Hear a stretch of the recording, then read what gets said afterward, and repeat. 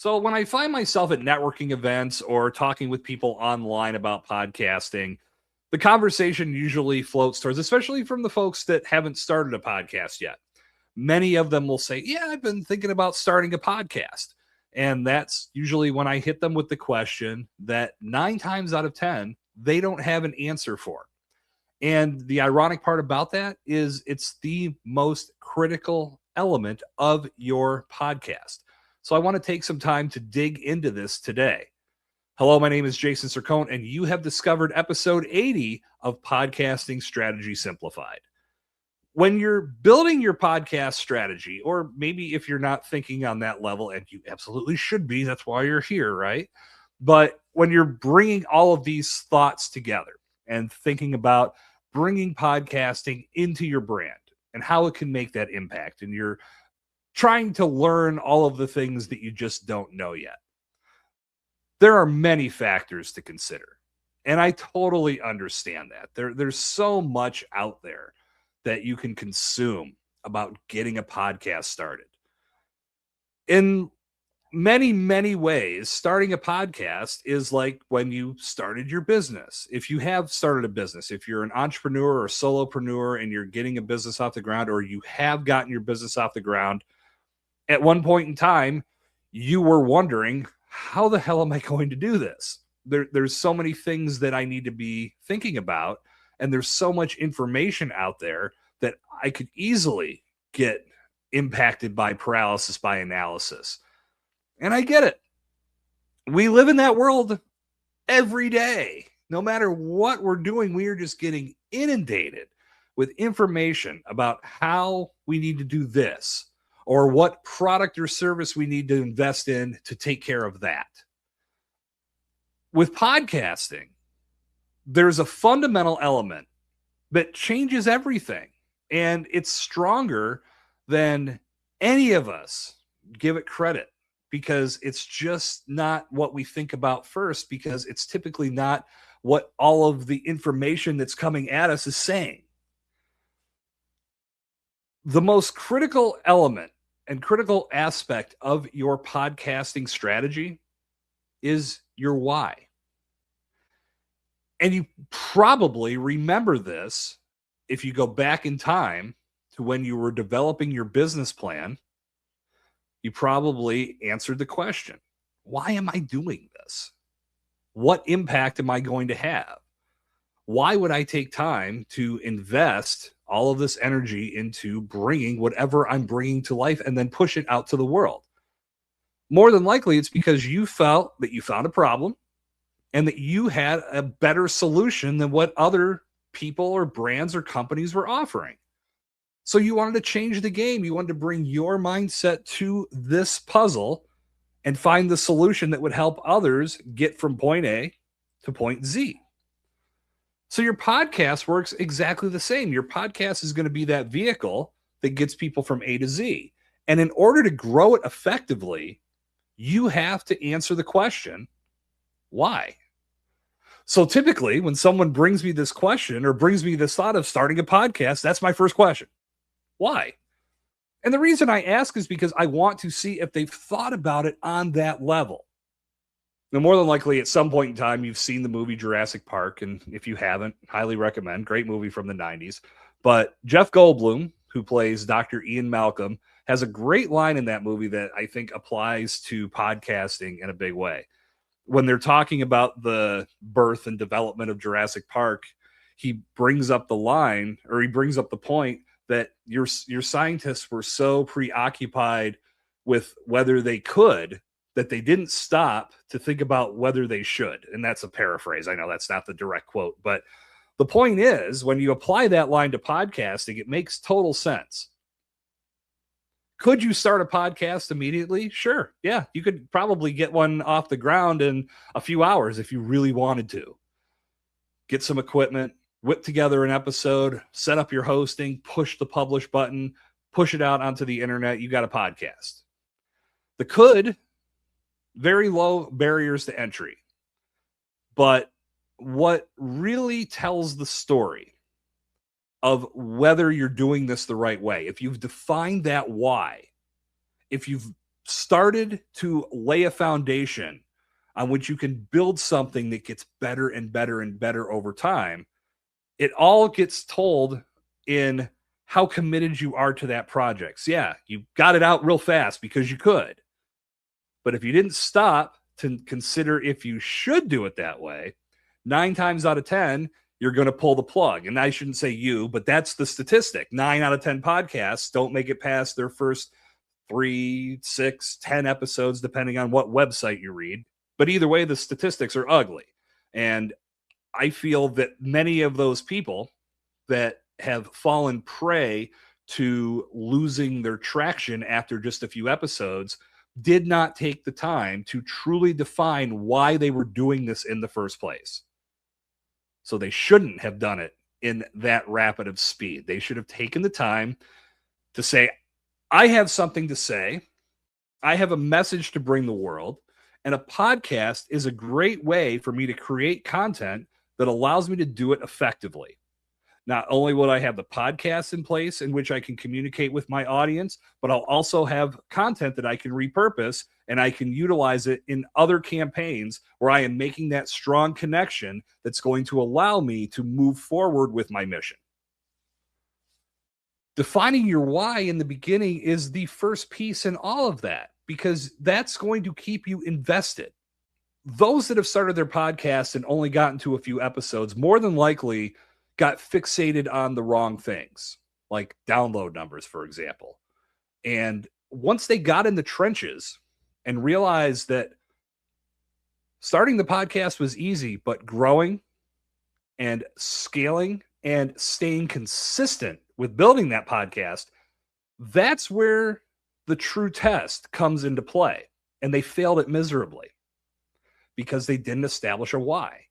They didn't think about what it was going to look like when numbers were low. And I partially laugh, but I always point this out when people say, well, my numbers are low. Well, what did you have in mind? You're a brand new podcast. You've never done this before. You need to take time to establish an audience. And the only way to do that is to consistently bring good content into the world. And you have to do that consistently week over week over week. And as you start to get that snowball rolling downhill, you'll start having audience members that turn to others and recommend your content. Then you can feel that tangible growth. But in the beginning, you don't know what those numbers look like. So how can you say these numbers that you do have are low? It's just one of those things that I think we have to redefine the question. But nevertheless, once they're in the trenches, realizing how much work is involved for very little return in the beginning, because again, you have to establish yourself and you have to define what the small wins are so you can stay invested and use that content in multiple ways, thus serving a secondary purpose to just creating a podcast. All of these things take time to develop. And if you haven't defined why you're doing it in the first place, it becomes very easy to say, nah, I don't need to do a podcast this week. I've got other priorities that are higher on my list. So you skip a week and now your audience is waiting for your new episode, the one you have developed. It may not be huge, but it is the audience you've developed. And now all of a sudden you're not serving them the content they were expecting. So now here they sit waiting for a new episode and it doesn't come.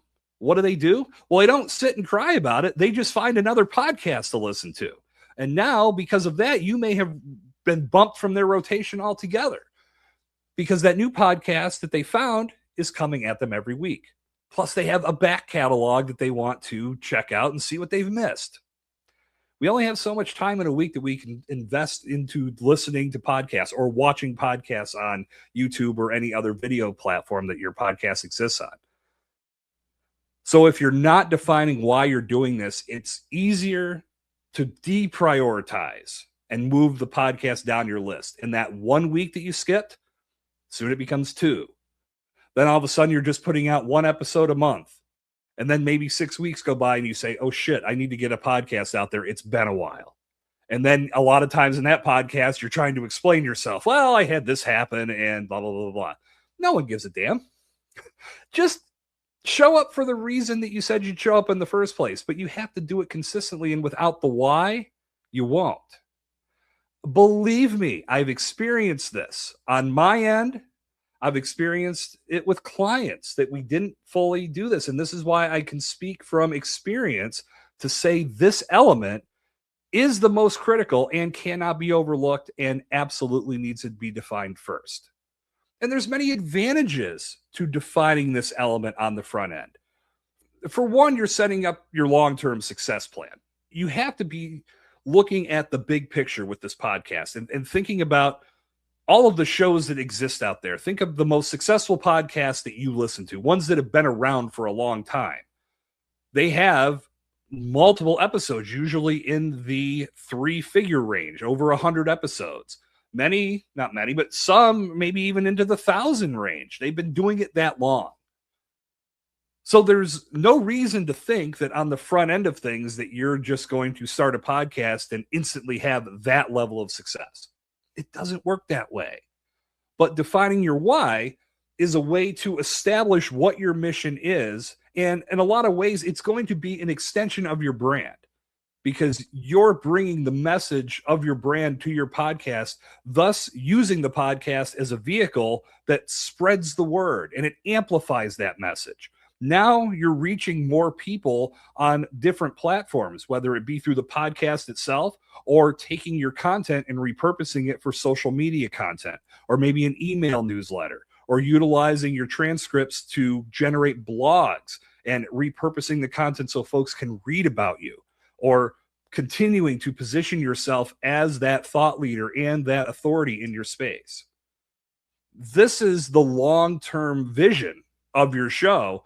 But in building that, you are looking for ways to set up short-term victories or small wins, as I call them, because on the front end, you still have to build that content and build an audience, but the content you are building allows you to reach people in multiple ways. You're going to need to do that anyway to build your brand, right?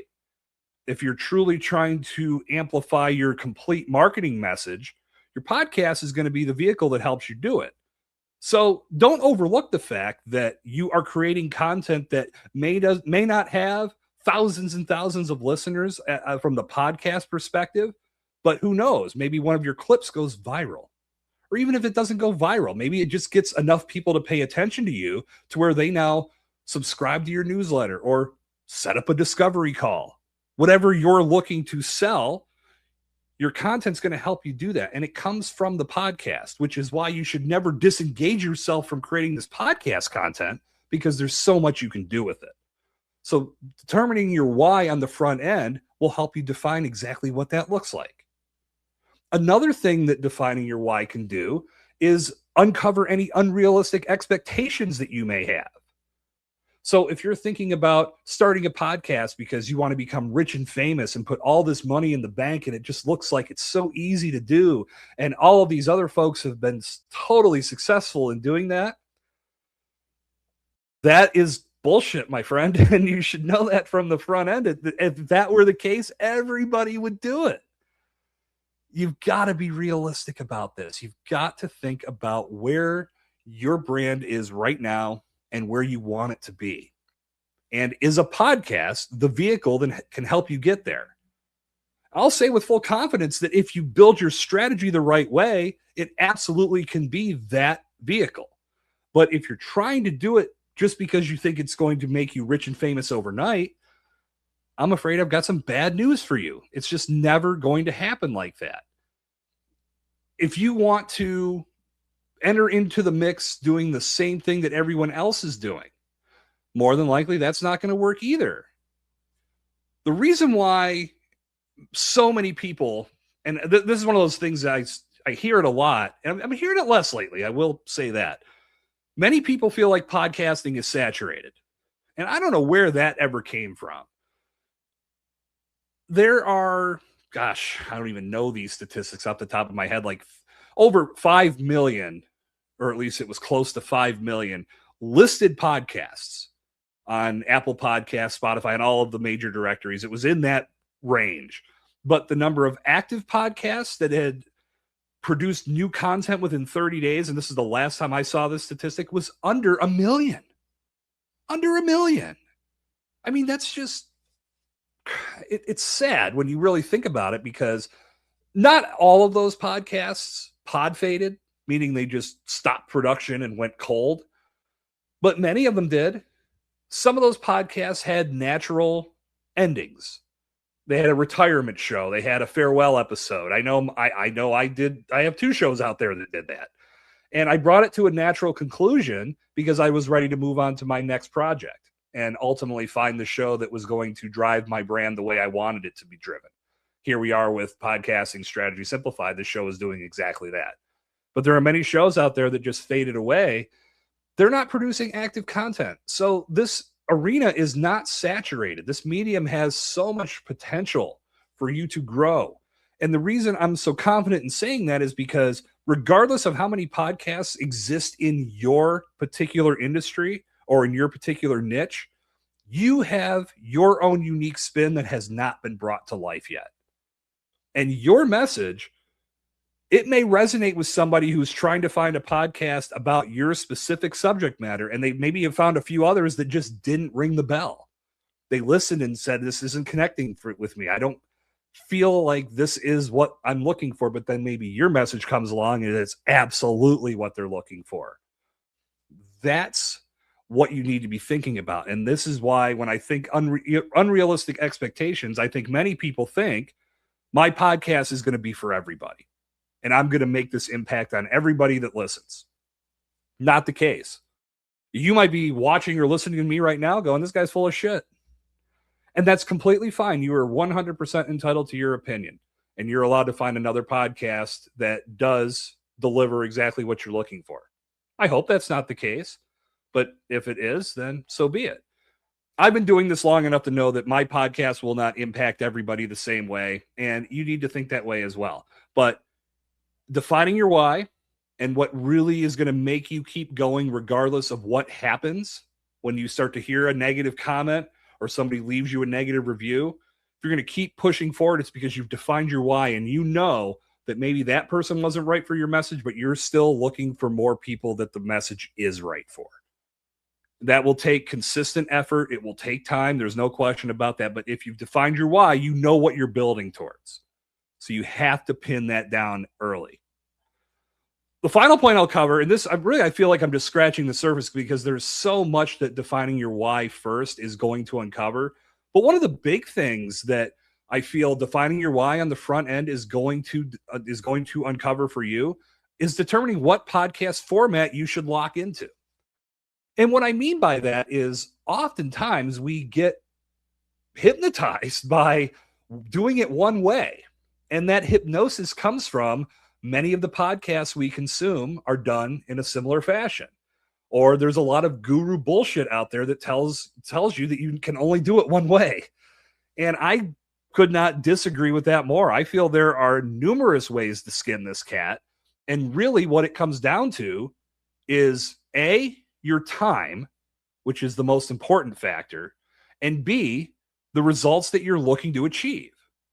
So let's say, for example, just to break this down into a few different podcast formats, that you want to have conversations with leaders in your industry and you want to put them center stage, and that's the podcast you want to develop. Maybe you're on a mission to elevate your own education.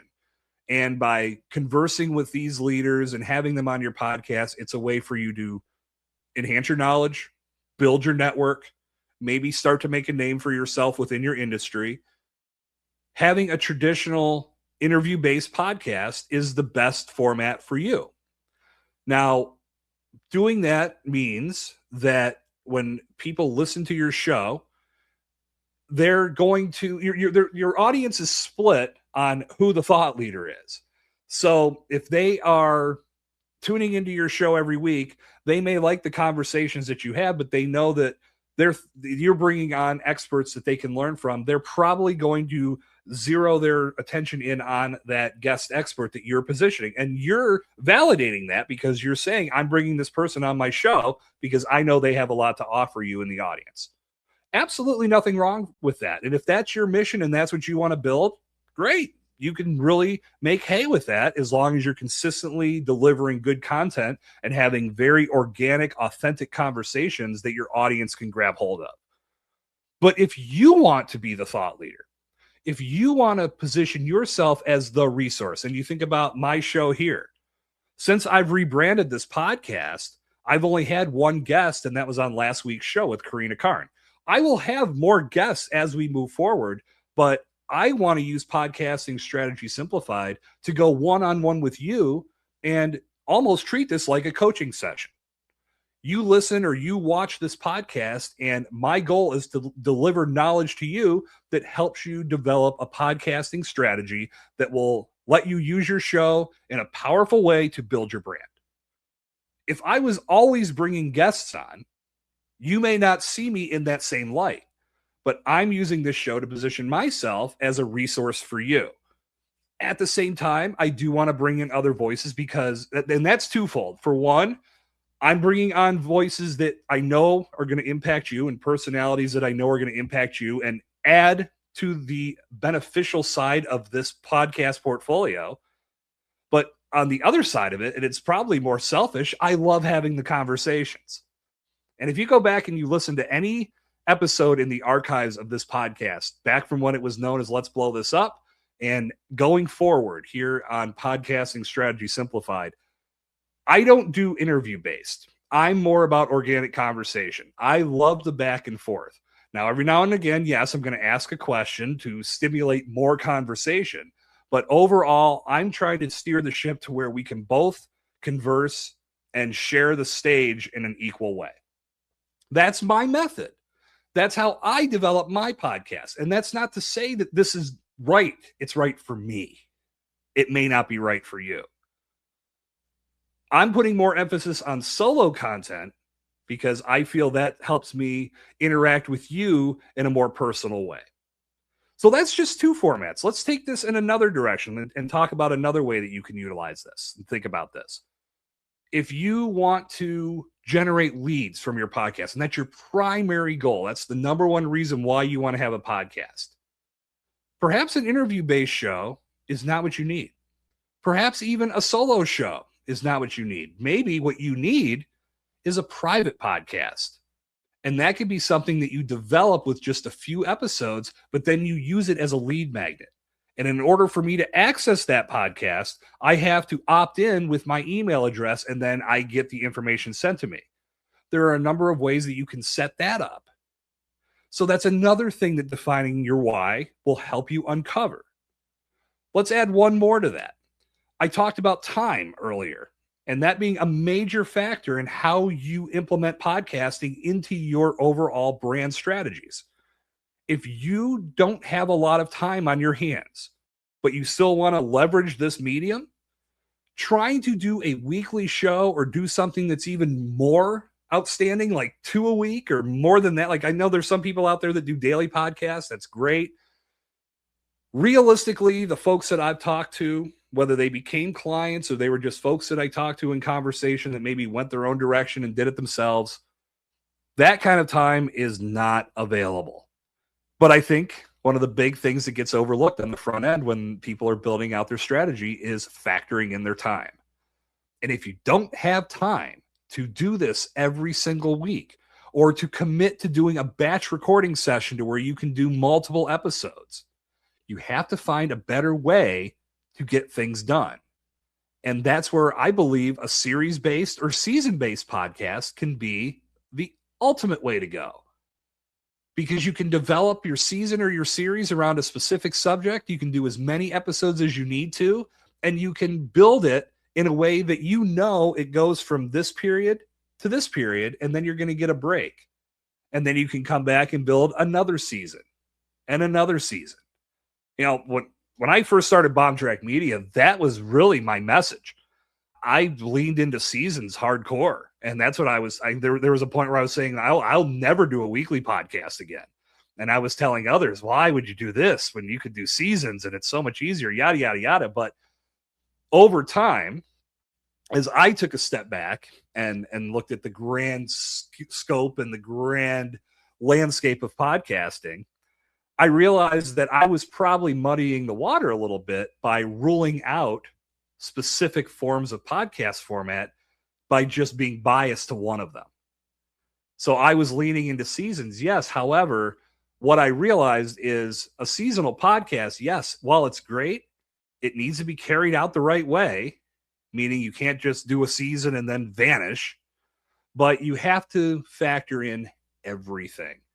And this is what I learned from building out my own strategy processes, how I'm talking with clients, and how I'm talking to new folks that are coming into my umbrella. And we're just having those early conversations. Building that strategy really comes down to what's going to make the most impact on your brand. If it means starting with a season to get the ball rolling, great.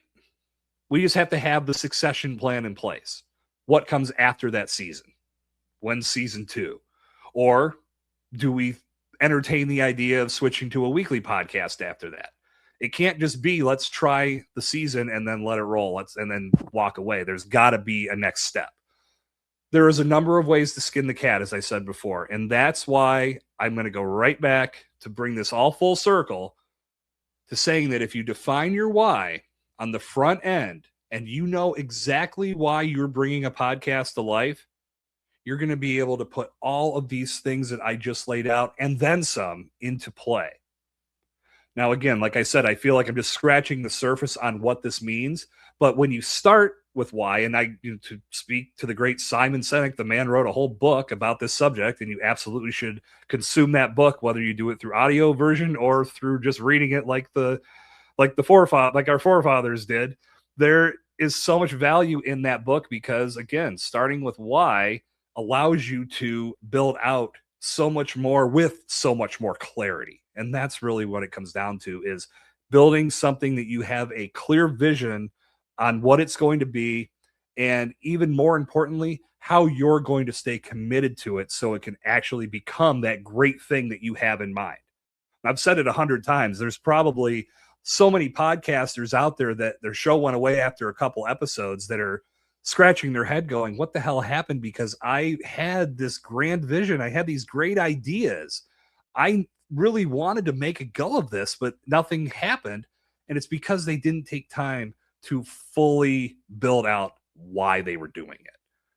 I think they put the cart in front of the horse. They felt like they were going to get so much done just by hitting the play button and hitting the record button and then hitting the play button. But no one followed suit, and there was no clear direction. And ultimately that led to them pulling the plug. I'll say this to those that have had a show that pod faded, it's not too late. It is not too late to revisit that why. If you hear this message, I hope that this serves as a motivating force that makes you say, you know what? I really had something. And maybe if I look at things a little bit differently, I can get this show revitalized and off and running again. I would love to help you do that. In the same tone, if you're just starting this journey, start with why. Look at your why first. It's going to give you so much clarity, and it's going to help you build out the rest of your strategy in such a more impactful way. And this is what I do. This is what I help my clients with, is building that strategy on the front end so they have a clear vision of what comes next. So I highly encourage you to find the link in the show notes and set up a free discovery call. It's not going to cost you anything but your time, but we can talk about where you're at in this journey and determine what comes next. And just like I do with everyone, I'll ask you why. Why are you starting this podcast? Why do you feel your podcast went off the rails before? And why do you want to revitalize that show and bring it back to life? There's answers in all of those questions, and I would love to help you find them. So set up that discovery call. Like I said, the link is in the notes. It's free, and we're going to help you get your show pointed in the right direction, whether you're just starting it or whether it has pod faded and you want to bring it back to life. So with that, we're going to bring the curtain down on this installment of Podcasting Strategy Simplified. Until our paths cross again on the next episode, my name is Jason Sircone, reminding you that podcasting isn't easy, but it doesn't need to be complicated. We'll see you next time.